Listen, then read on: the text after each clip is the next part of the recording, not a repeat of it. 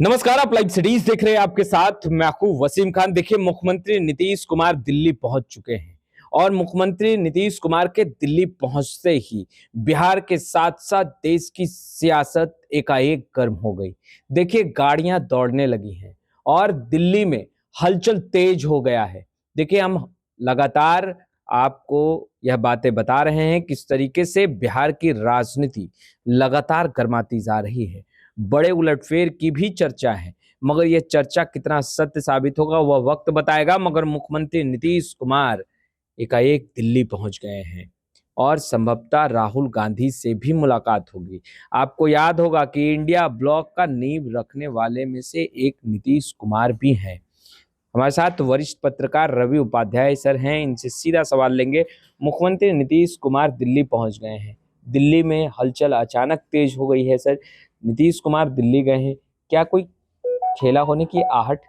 देखिए, नीतीश कुमार गए हैं पूर्व प्रधानमंत्री डॉक्टर मनमोहन सिंह का जो निधन हो गया उसी में वह उनके परिवार से मिलने, संवेदना प्रकट करने, और वो निश्चित रूप से एक जाने माने प्रधानमंत्री तो रहे ही मनमोहन सिंह, दो टेन्योर उसके बाद से यूपीए के काल में। लेकिन ये सबसे बड़ी बात है कि वह बहुत बड़े अर्थशास्त्री के रूप में वह जाने जाते हैं और देश और दुनिया उनको उनकी विद्वता के लिए जाने जाते थे मनमोहन सिंह। तो वो वहाँ गए हैं निश्चित रूप से। उसके बाद मनमोहन सिंह के परिवार से मिलने के बाद मनमोहन सिंह के वो उसके बाद वो जो इंडिया ब्लॉक की हम लोग बात करते हैं, जो इंडिया ब्लॉक का निश्चित रूप से नीतीश कुमार ने नींव रखा था और उसके लिए क्या क्या प्रयास उन्होंने किया। अरविंद केजरीवाल को जिस तरीके से उन्होंने शामिल किया, अरविंद केजरीवाल को शामिल करने के बाद में इंडिया ब्लॉक का एक बड़ा स्वरूप दिखाई पड़ा। लेकिन एक बात तो समझनी चाहिए कि जो वही अरविंद केजरीवाल जिसको नीतीश कुमार हाथ पकड़ करके इंडिया ब्लॉक में लाए थे, वही केजरीवाल, अरविंद केजरीवाल जो आम आदमी पार्टी के संयोजक हैं, और उन्होंने भीमराव अंबेडकर के इशू पर जिस तरीके से अमित शाह का बीते दिन बयान आया था भीमराव अंबेडकर को लेकर के, तो उस पर उन्होंने मुख्यमंत्री नीतीश कुमार को पत्र लिखा था। हाँ। उस पत्र का क्या जवाब आया यह अभी तक पब्लिक डोमेन में नहीं है। और देखिए, नीतीश कुमार को अंबेडकर के नाम पर जो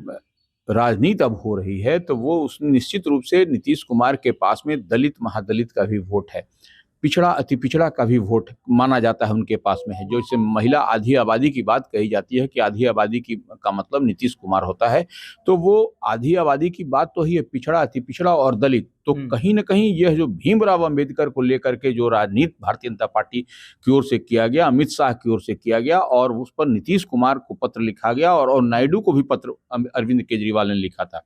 और ये दोनों, नीतीश कुमार और चंद्रबाबू नायडू, ये दोनों जो है सो एनडीए की जो नरेंद्र मोदी की सरकार है उसमें एक कहें तो बड़ा पिलर के रूप में है। उनकी सरकार बगैर इसके कंफर्टेबली चल नहीं सकती है। तो यह कहीं ना कहीं जेडीयू में इस बात को लेकर के चर्चा है कि भीमराव अंबेडकर पर क्या किया जाए, कैसे किया जाए, और यह पिछड़ा अति पिछड़ा का जो कॉम्बिनेशन की बात आ रही है।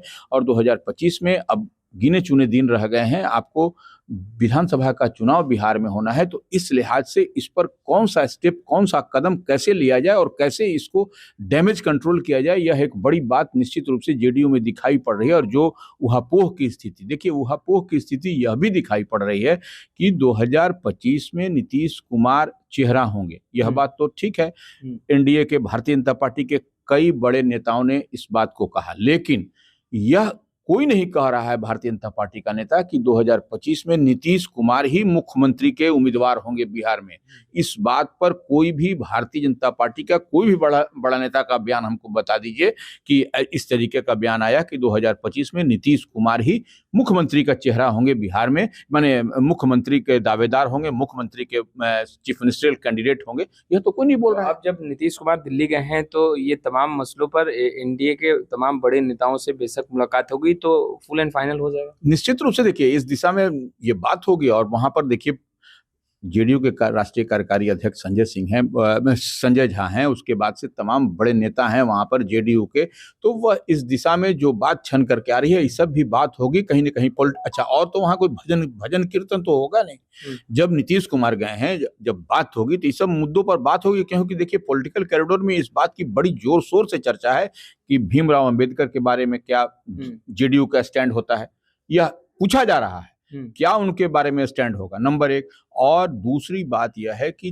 2025 में नीतीश कुमार एनडीए के तरफ से मुख्यमंत्री बनेंगे कि नहीं, यह एक बड़ी बात है। चेहरा कह देने से बात खत्म नहीं होगा, यह कहना पड़ेगा कि हाँ नीतीश कुमार ही एनडीए की ओर से बिहार में 2025 में चीफ मिनिस्टर के उम्मीदवार होंगे, चीफ मिनिस्टरियल कैंडिडेट होंगे। तो यह बात, क्योंकि देखिए जो महाराष्ट्र का जो मॉडल दिखाई पड़ रहा है, महाराष्ट्र में जिस तरीके से हुआ, वह कहीं ना कहीं बिहार में जो है सो जेडीयू को असहज करता हुआ दिखाई पड़ रहा है। सीटों के मसले पर बात होगी सर? निश्चित रूप से सीट के, देखिए अब देखिए सीट के मसले पर देखिए हम कई दफा इस बात को बोल चुके हैं कि जो चिराग पासवान को भारतीय जनता पार्टी अपने कोटे में से सीट देगी, नंबर एक।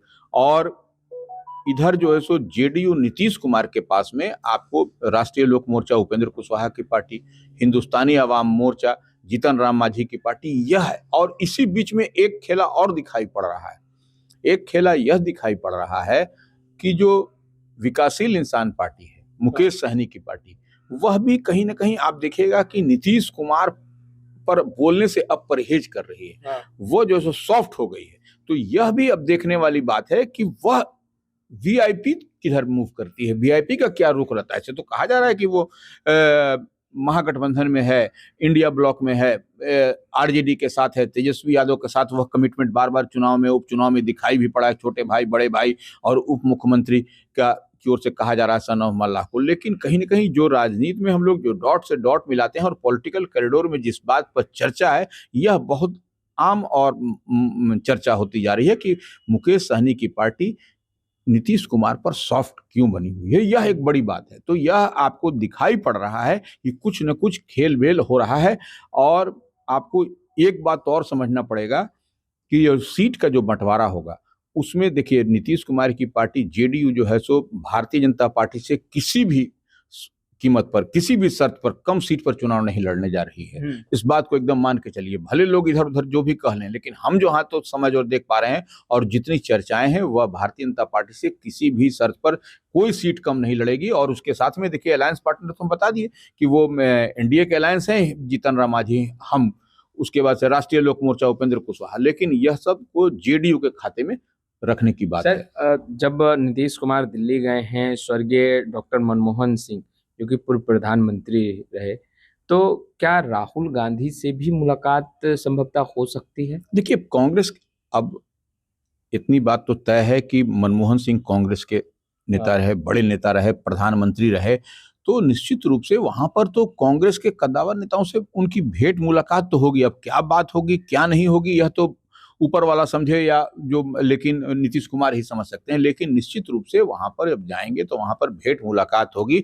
और फिर जो बात, हम बार बार देखिए हर बात को समझने की जरूरत है, हम बार बार ये बात कर रहे हैं कि अरविंद केजरीवाल ने भीमराव अंबेडकर को लेकर के जो चिट्ठी लिखा था नीतीश कुमार को, मुख्यमंत्री बिहार जदयू के राष्ट्रीय अध्यक्ष को, उस पर क्या हुआ। तो यह कहीं ना कहीं एक राजनीतिक चाल है, ये राजनीतिक बात है, इस बात को ही समझना पड़ेगा। और नीतीश कुमार भी इस बात को बाखूबी समझते हैं कि हम अगर यदि 2025 के चुनाव में जाएंगे तो वह उनके बीच में क्या कहेंगे कि आपने उसका विरोध किया, सपोर्ट किया, क्या बोला, आपके पार्टी का क्या स्टैंड है, यह बात तो बताना ही पड़ेगा, बगैर बताए तो काम चलेगा नहीं। दूसरी तरफ तेजस्वी भी तैयार है। तेजस्वी यादव तो निश्चित रूप से जो तैयारी है कि देखिए वह एक एक दिन, अब देखिए कहा जा रहा है 30 तारीख से फिर वह निकलेंगे वो, तो वो निश्चित रूप से तेजस्वी यादव भी तैयारी अंदर खाने में पूरी तरह से है। और वह भी जो जितनी बात हम लोग देख और समझ पा रहे हैं, तेजस्वी यादव एक एक चीज को सहेज रहे हैं, एक एक चीज को समेट रहे हैं। और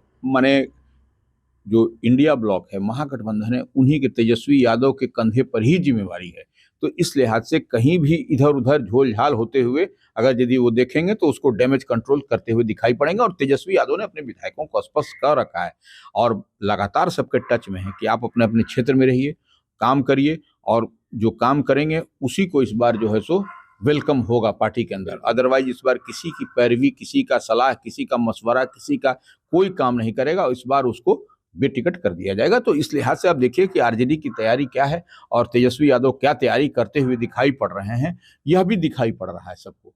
बिल्कुल।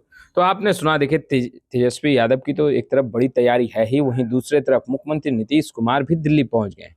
क्या कुछ सियासी गलियारों में हलचल उत्पन्न होगी? तमाम तस्वीरें लगातार अपडेट करते रहेंगे। फिलहाल इस वीडियो में इतना ही। आपका बहुत बहुत शुक्रिया।